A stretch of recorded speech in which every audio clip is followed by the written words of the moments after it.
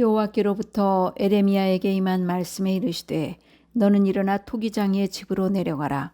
내가 거기에서 내 말을 내게 들려주리라 하시기로 내가 토기장이의 집으로 내려가서 본즉 그가 농노로 일을 하는데 진흙으로 만든 그릇이 토기장이의 손에서 터짐에 그가 그것으로 자기 의견에 좋은 대로 다른 그릇을 만들더라.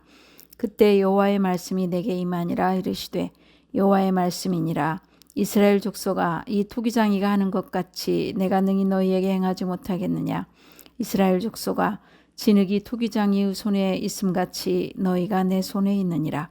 내가 어느 민족이나 국가를 뽑거나 부수거나 멸하려 할 때에 만일 내가 말한 그 민족이 그의 악에서 돌이키면 내가 그에게 내리기로 생각하였던 재앙에 대하여 뜻을 돌이키겠고, 내가 어느 민족이나 국가를 건설하거나 심으려 할 때에 만일 그들이 나 보기에 악한 것을 향하여 내 목소리를 청종하지 아니하면 내가 그에게 유익하게 하리라고 한 복에 대하여 뜻을 돌이키리라.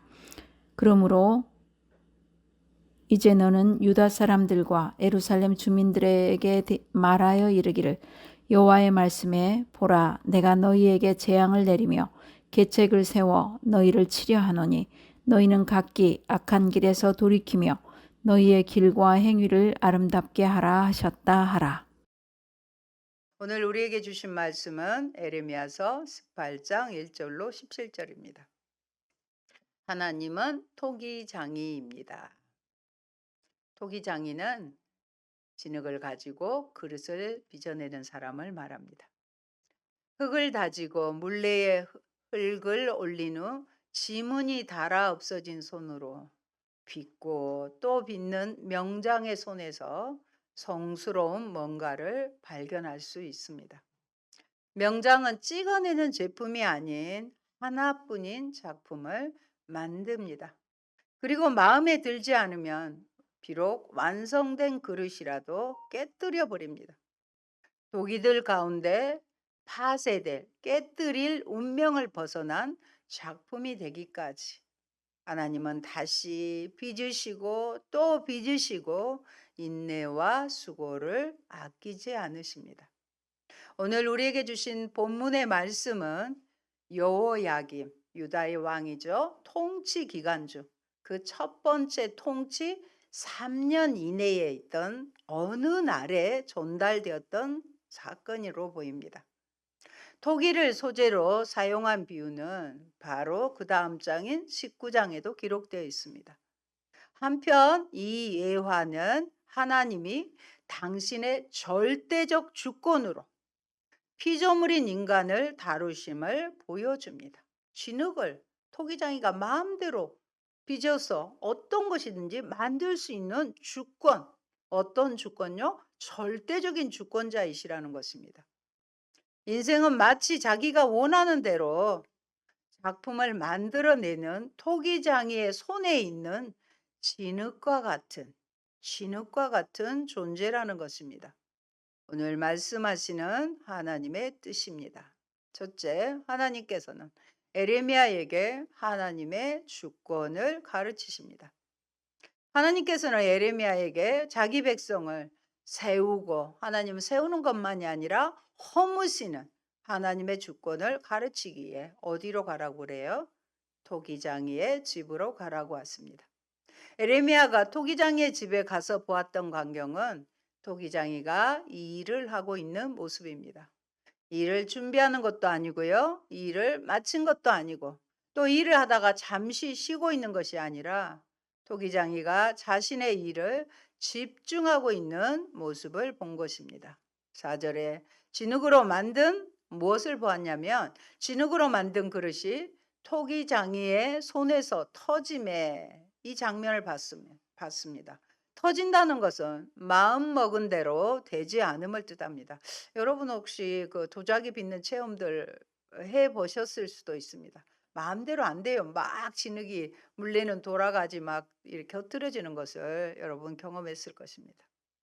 토기장이가 자기가 원하는 그릇이 나오지 않을 때는 그것을 버려버리는 것이 아니라 다시 반죽을 하여 그릇을 새롭게 만듭니다. 세상의 모든 만물을 지으신 창조자 하나님도 모든 만물에 대해서 만드셨기 때문에 절대 주권을 가지고 있음을 보여주는 대목입니다. 이 광경을 통해 하나님은 하나님이 누구신지, 유다 백성은 어떤 위치에 있는지를 알려주십니다. 하나님은 토기장이, 유다 백성은 아무리 큰 소리 쳐도 흙일 뿐입니다. 진흙일 뿐이에요. 토기장이가 심혈을 기울여 그릇을 빚는 것처럼 하나님께서는 자신의 백성들을 조심스레 다루시며 더 아름답고 온전하게 빚고 계신다는 사실을 인정해야 합니다. 우리가 때론 죄 속에 빠져 있거나 또한 삶의 여러 문제로 아프고 힘들 때도 있지만 하나님께서는 우리를 버리지 않으시고 우리의 심령을 어루만지시며 하나님께서 원하시는 온전한 모습으로 우리를 빚어주십니다. 그가 그것으로 자기 의견에 좋은 대로 다른 그릇을 만들더라는 것입니다. 여기서 터져버린 진흙을 다시 반죽하여 자기 하나님 의견에 좋을 대로 다른 그릇으로 빚어주시는 것입니다. 이러면 어떤 부분이 생각이 난가요? 영적인 암흑기라고 할 수 있는 사사기의 마지막 구절은 뭐라고 그랬습니까? 사람이 각자 소견에 옳은 대로 행하였더라고 기록합니다. 그러나 하나님은 자기 의견에 좋은 대로 다시 빚어주지만 사람들은 그러지 못했다는 것이죠. 그 결과 우상 숭배요, 하나님께 반역이요, 이방의 압제를 받는 영적 암흑기였지만 하나님 당신의 의견대로 좋은 그릇으로 탄생되는 것입니다. 그러나 안타깝게도 진흙의 질이 도자기를 만들 때는 고룡토라는 좋은 진흙을 사용합니다. 그것이 좋지 않아 그가 만들고자 하는 그 그릇이 될 수 없었다는 것입니다. 그렇기 때문에 이 진흙은 토기장이의 원래 의도를 좌절시켜버리고 말았으며 다른 용도로 사용되어야 할 처지에 있었던 것입니다. 그렇지만 토기장이신 여호와는 자기 목적에 저항하는 이 진흙을 그에 맞게 처리하실 것입니다. 이처럼 여기서는 진흙에 대한 토기장이의 주권적인 능력이 초점으로 부각됩니다. 6절의 말씀에 보면 내가 능히 너희에게 행하지 못하겠느냐고 하십니다. 여호와는 인간에 대해서 토기장이가 진흙을 가지고 마음대로 할 수 있는 것과 같은 그런 위치에 있습니다. 이러한 절대 주권을 지니고 계시기 때문에 하나님은 당신의 뜻에 따라 존귀하고 부유한 위치에 있는 자들은 끌어내리기도 하시고 반대로 궁핍한 자를 거름더미에서 드시기도 하는 것입니다. 제가 좋아하는 말씀입니다. 시편 113편 7절 같이 보십니다. 가난한 자를 먼지더미에서 일으키시며 궁핍한 자를 거름더미에서 들어세워. 하나님 그래서 아름답게 또 빚어가시는 거예요. 우리가 가난하다고 아무것도 못한다고 좌절할 것이 아니라 하나님 손에 맡겨드리면 되는 것입니다. 따라서 장래사에 관한 한 아무도 스스로 우리는 장담할 수가 없습니다. 하나님은 유다 백성이 심판의 말씀을 듣고 돌이켜 회개하고 순종하면 구원을 얻을 것이나 반대로 불순종을 하면 그들은 결국 망할 수밖에 없다는 것을 경고합니다. 이스라엘뿐만 아니라 세상의 모든 민족과 개인 모든 것이 결국 하나님의 절대 주권 아래에 있다는 것을 강조합니다. 성경 중에서 하나님의 절대 주권을 또 강조하고 있는 책이 뭐냐? 욥기서입니다. 욥이 그렇게 고통을 당하고도 결국은 하나님의 주권을 인정하는 책입니다. 그러면서 6절에 너희가 내 손에 있음이라고 말씀합니다. 우리 모두는 하나님 손에 있다는 것입니다. 여러분, 삶에서 문제의 파도들이 몰아치면 우리는 이를 헤쳐나가기에 갖은 노력을 다합니다. 그러다 끝내 그 문제의 파도에 휩쓸리거나 좌절하게 됩니다. 그러나 본문의 강조점은 하나님의 손이 우리를 붙잡고 있다는 사실입니다. 나의 강한 오른손으로 너를 붙들리라고 이사야 41장 10절에도 약속하셨습니다. 하나님의 손에 거할 때 위로가 됩니다. 하나님의 손에 거할 때 힘을 주십니다. 그래서 하나님의 손에 거하는 사람은 문제의 파도를 마치 서핑하듯이 유연하게 대체할 수 있으며 문제가 더 이상 나를 주관하지 않게 됩니다. 오히려 거친 파도 날 향해 와도 주와 함께 날아올 수 있다고 노래합니다. 여기서 우리는 무엇을 깨달을 수 있습니까? 하나님은 우리를 위해서 항상 일을 하고 계시다는 것입니다. 하나님 우리 아버지십니다. 내 삶의 처절한 문제들을 보면서 나만 씨름하고 나만 일을 위해 괴롭고 애쓰는 것 같지만 나의 하나님, 우리 가정의 하나님은 지금 이 순간에도 우리의 모든 것을 위해서 일하시고 계십니다. 졸지도 주무시지도 않으시고 일하시는 아버지 되십니다. 우리 박 집사님은 얼마나 부지런한지 모릅니다. 누구를 위해서? 가족들을 위해서 그렇게 하시는 것과 같습니다. 에레미야는 거기서 토기장이가 자기 의견에 좋은 대로 그릇을 만들고 깨기도 하면서 일하는 모습을 지켜봅니다. 하나님께서는 이스라엘에게 이와 같이 행하실 주권을 가지고 계신 분이십니다. 또한 이미 정한 뜻을 돌이키는 것도 하나님의 주권입니다. 하나님은 진흙의 운명이 토기장이 손에 달렸듯 이스라엘의 운명도 하나님의 손에 달렸다고 일침을 놓으십니다. 둘째, 하나님의 주권을 이스라엘에게 선포하라고 하십니다. 7절, 8절 같이 보실까요? 내가 어느 민족이나 국가를 뽑거나 부수거나 멸하려 할 때에 만일 내가 말한 그 민족이 그의 악에서 돌이키면 내가 그에게 내리기로 생각하였던 재앙에 대하여 뜻을 돌이키겠고 9절, 10절 내가 어느 민족이나 국가를 건설하거나 심으려 할 때 만일 그들이 나 보기에 악한 것을 행하여 내 목소리를 청종하지 아니하면 내가 그에게 유익하게 하리라고 한 복에 대하여 뜻을 돌이키기라. 모두가 뭐예요? 하나님 마음이다. 하나님 뜻이라는 거예요. 악을 내리기라고 했는데 돌이키면 그것을 취소하고 복을 주리라고 했는데도 순종하지 않으면 그 복을 취소하겠다는 것입니다. 하나님의 심판 의지와 구원 의지는 민족들의 반응에도 개방적입니다. 딱 정해놓은 게 아니에요. 이스라엘의 회개에 긍정적으로 반응하시는 하나님은 민족들의 회개에서도 마찬가지로 응답하십니다. 이들이 죄에서 돌이키면 그분은 이들에게 내리기로 결정한 재앙에 대해 마음을 바꾸실 수 있습니다. 하나님은 그런 분이십니다. 오해하지 마시기 바랍니다. 한 국가의 흥망성쇠가 하나님의 주권적인 뜻에 대한 순종 여부에 달려 있음을 보여주는 내용입니다. 하나님께서는 심판을 계획한 민족이 만약 회개하고 악한 길에서 돌아서면 하나님은 그 심판을 중단하신다는 것을 알려줍니다. 반대로 복을 주시기로 계획한 민족이 만약 악을 행하고 불순종하면 하나님께서 그들에게 베풀기로 약속하신 복을 내리지 않는다고 하십니다.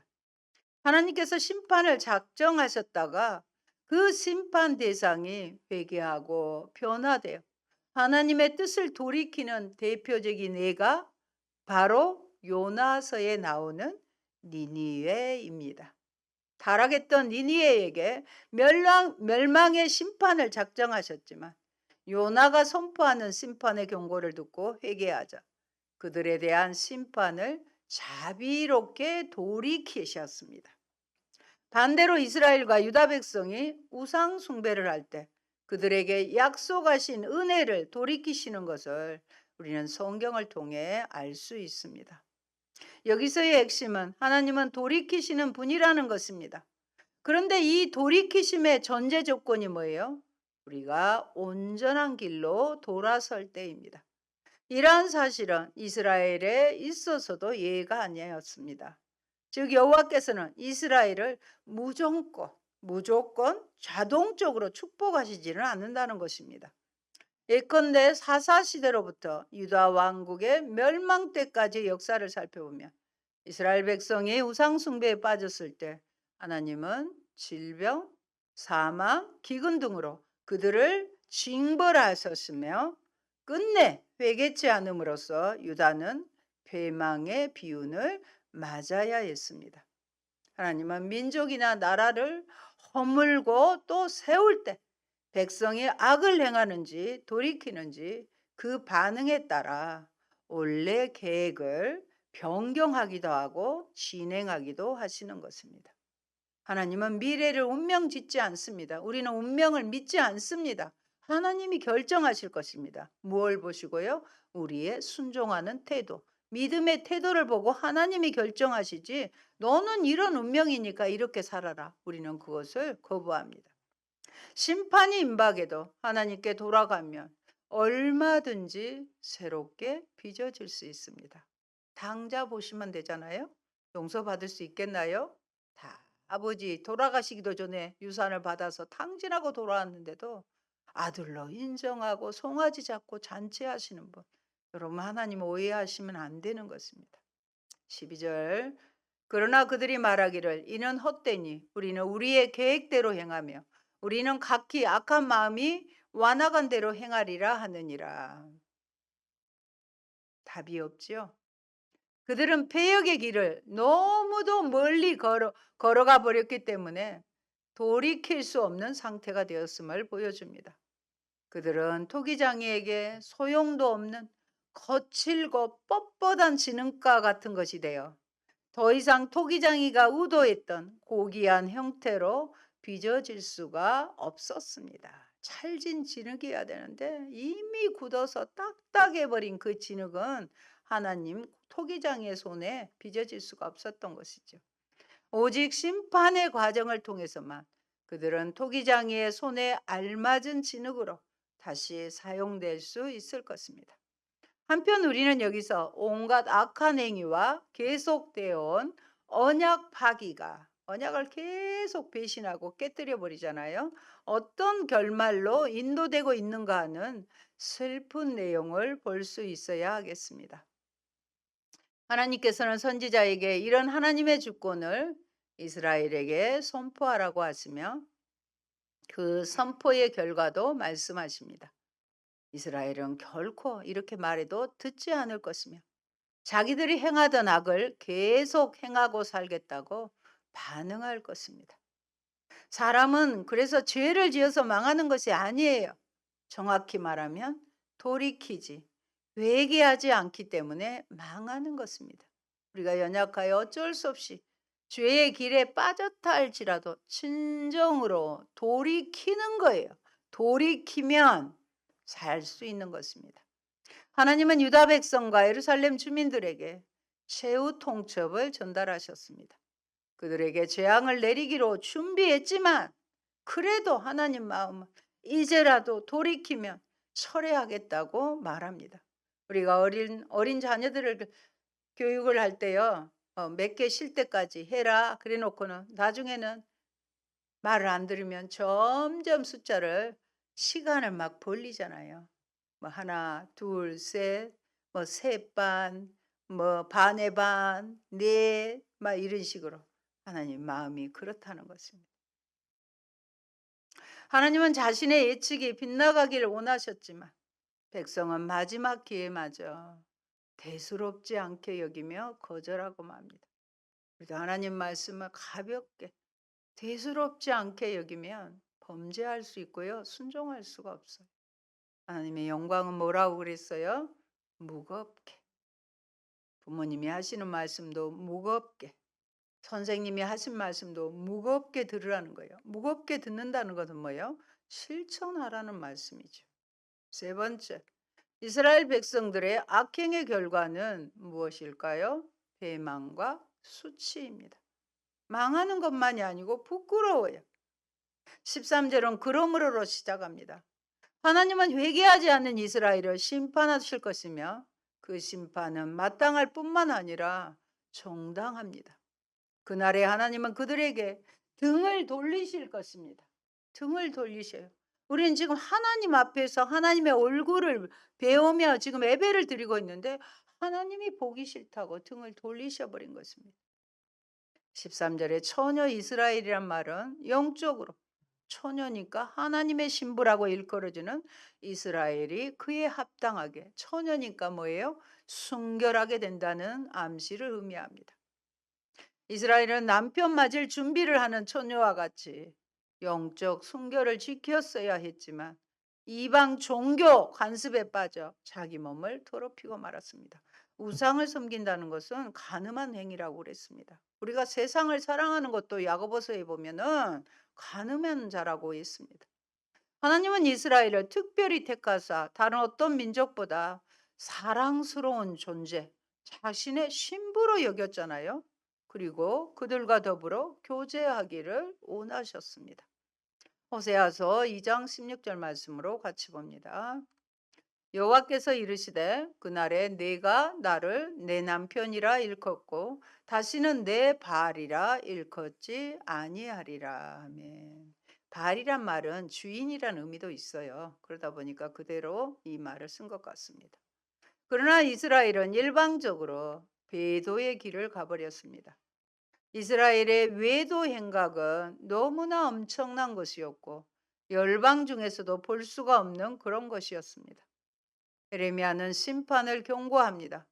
이스라엘이 우상을 숭배하는 것은 오래전부터 잘 닦인 길을 벗어나, 잘 닦아놓은 길을 벗어나 고생하려고 가시덤불이 우거진 곁길로 행하는 것이거늘 끝내 그들은 비웃음거리가 되는 길을 가려고 했어요. 좋은 길 놔두고 고생길을 간다는 거예요. 그래서 사람들의 조롱거리가 되는 것입니다. 재앙의 날 하나님의 얼굴 대신 등 돌린 모습을 보고 나서야 그들은 잘못을 깨달을 것입니다. 사랑하는 여러분, 성경에 말하는 진정한 회개란 악한 길에서 돌이키며 나의 길과 행위를 아름답게 하는 것입니다. 돌이키는 걸로 끝나지 않아요. 행위를 아름답게 해야 돼. 그래서 진정한 회개가 이루어지기 위해서는 두 가지의 조건이 필요합니다. 첫째, 악한 길에서 돌이켜야 합니다. 죄인지 알면서도 습관적으로 죄를 범하는 사람들은 결국 죄의 중독에 빠진 것임을 깨달아야 합니다. 두 번째는 나의 길과 행위를 아름답게 만들어야 합니다. 사람과의 관계에서 갈등을 빚어내는 경우는 대체로 바르지 못한 태도와 행실 때문입니다. 바르지 못하다는 것은 내 중심적인 태도, 여전히 내 이기적인 태도와 행실이 있기 때문입니다. 악한 길에서 돌이키라는 말에 유다 백성들은 12절에 이는 헛되다고 응답합니다. 참으로 안타깝고 어리석지 않을 수 없습니다. 헛되다의 원어는요, 아무런 소망이 없다, 쓸데가 없다는 뜻입니다. 그들은 하나님의 말씀에 순종하는 것에, 순종해서 다시 일으키는 것에 소망을 두지 않았습니다. 그들이 하나님께 소망을 두지 않았을 때 그들의 미래는 더욱 어두워지고 궁핍한 삶을 살아가며 결국 심판을 받아 절망으로 떨어지고 말았습니다. 성경에 기록된 역사잖아요. 이방인들은 자기들의 신을 배신하지 않는데 이스라엘은 하나님을 배신하고 살아가니 이것은 이방인 중에서도 가증한 일이 될 것입니다. 14절에 레바논의 눈이 녹아 흘러내리는 물로 경작하던 땅을 버리고 이젠 어디로 가요? 메마른 돌짝밭을 선택할 사람은 아무도 없을 것입니다. 그런데 지금 유다 백성은 그런 일을 하고 있습니다. 그들은 물된 동산 같은 레바논의 땅을 버리고 닥토를 택하였으며 영원하신 하나님을 버리고 우상 숭배에 몰두해 있는 것입니다. 16절입니다. 15절입니다. 물은 내 백성은 나를 잊고 허무한 것에게 분향하거니와 이러한 것들은 그들로 그들의 길 곧 그 옛길에서 넘어지게 하며 곁길 곧 닦지 아니하는 길로 행하게 하였다고 합니다. 여기서는 배도의 내용이 자세히 설명됩니다. 여호와의 백성은 이미 여호와를 잊어버리고 말았으며 허무한 것에게 분향하였습니다. 우상은 허무한 것입니다. 이 허무한 것이란 어떤 우상을 가리키며 아마 바알을 대표적인 것으로 꼽을 수 있을 것입니다. 그들은 우상 숭배의 결과로서 또한 이런 짓을 하는 도중에 우상과 더불어 그들의 길에 걸려서 넘어지게 되었습니다. 여기에서 옛 길이란 선한 길로도 표현되었는데 여호와를 순종함으로써 얻어지는 축복의 길을 가리킵니다. 이스라엘이 따랐어야 할 길은 우상에게 분향하는 길이 아니라 여호와께 충성을 다하고 그의 언약에 순종하는 길이었습니다. 그러나 유다 백성은 이방인들조차 의아하게 생각할 정도로 쉽게 여호와를 거역하고 배신하였습니다. 17절입니다. 내가 그들을 그들의 원수 앞에서 흩어버리기를 동풍으로 함같이 알 것이며 그들의 재난의 날에는 내가 그들에게 등을 보이고 얼굴을 보이지 아니하리라. 간결하지만 대단히 힘 있는 어투로 유기한 백성에 대한 여호와의 심판의 말씀이 선언되고 있습니다. 동풍이라고 하는 것은 동쪽 광야 또는 사하라 사막에서 불어오는 뜨겁고 건조한 열풍을 말하는데 여호와의 심판이 바로 이 열풍에 비유되고 있습니다. 올여름 여러분 기억하시죠? 뜨거운 바람을 기억하시면 되겠습니다. 그리고 동쪽 바벨론의 침략을 상징적으로 동풍이라 표현하였다고도 볼 수 있겠습니다. 왜냐하면 여기서는 바벨론의 침략이 임박했으며 또 수많은 사람들이 멀리 바벨론으로 사로잡혀 가서 다 흩어질 것임을 암시하고 있기 때문입니다. 더욱이 그들이 당하는 고통과 재앙의 날에 여호와께서는 그들은 구속하기 위한 어떠한 조치도 취하지 않을 것입니다. 사랑하는 성도 여러분, 하나님이 손 내밀어 주실 때 그 손을 잡으면 다시 살 수 있는데 인간은 자유의지를 내세우며 제 손으로 자기 발목을 잡습니다. 하나님의 손에 빚어지길 거부한 채 단단한 진흙 덩어리 상태로 있으려는 어긋난 잘못된 마음을 내려놓고 토기장이신 하나님의 손에 내 인생을 맡겨보시기 바랍니다. 하나님은 하나님이 쓰시기에 합당한 깨끗한 그릇으로 저와 여러분을 빚어주실 것입니다. 아멘.